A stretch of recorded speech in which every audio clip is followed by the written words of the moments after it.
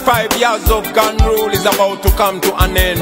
Remember, it is your vote that is going to deliver you the change that you so badly need.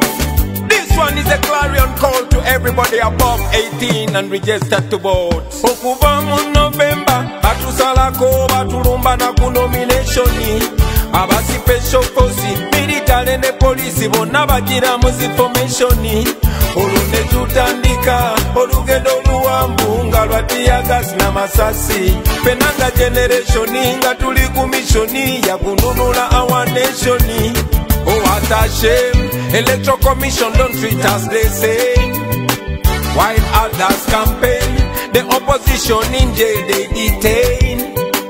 Many comrades are dead, Nubian many others in jail. Yo, kati munangalye yo, okumala wo bino lina kulonda, nga kuminanya fenna.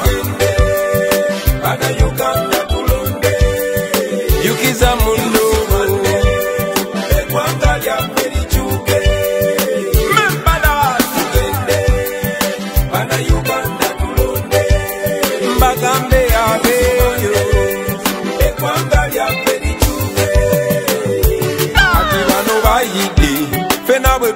Babera bawedi ai obanze buli jempita abana ba Uganda bona besunga ai bagamba nti kyebalinda amaso makulera bonna babuka ewe omusana kagwake ambulera weri tulumbe enkuba ketonye yo ambulera weri tulonde kati kwetikinga ambulera bogira batikinga nkugambe tikinga mambuli bogira batosula ai bana Uganda banange mwena yenze Kyagulanyi Ssentamu Bobi Wine njagala okutuusa okwebaza eri mwena olw'obuwagizi n'omukwano gwe mutuwadde mu campaign trail eno gye tubaddemu ebbanga lino lyonna wakati mu buzibu obw'amaanyi. Njagala okubajjukiza omulundi ogusembayo mwena abasebo ne bannyabo kikulu okuna luno nga 14 guno omwezi gwe mukisa gwe tulina okusalawo ebiseera bya Uganda eby'omu maaso.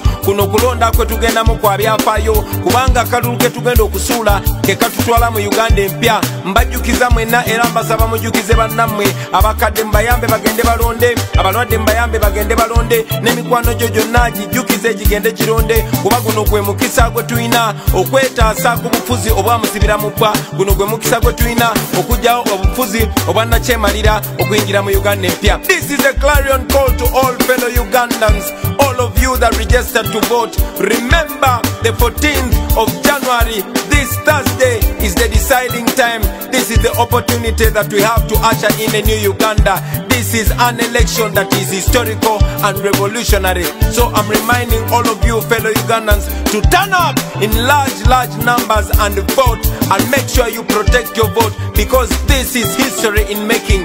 Let us all come out and cast our vote.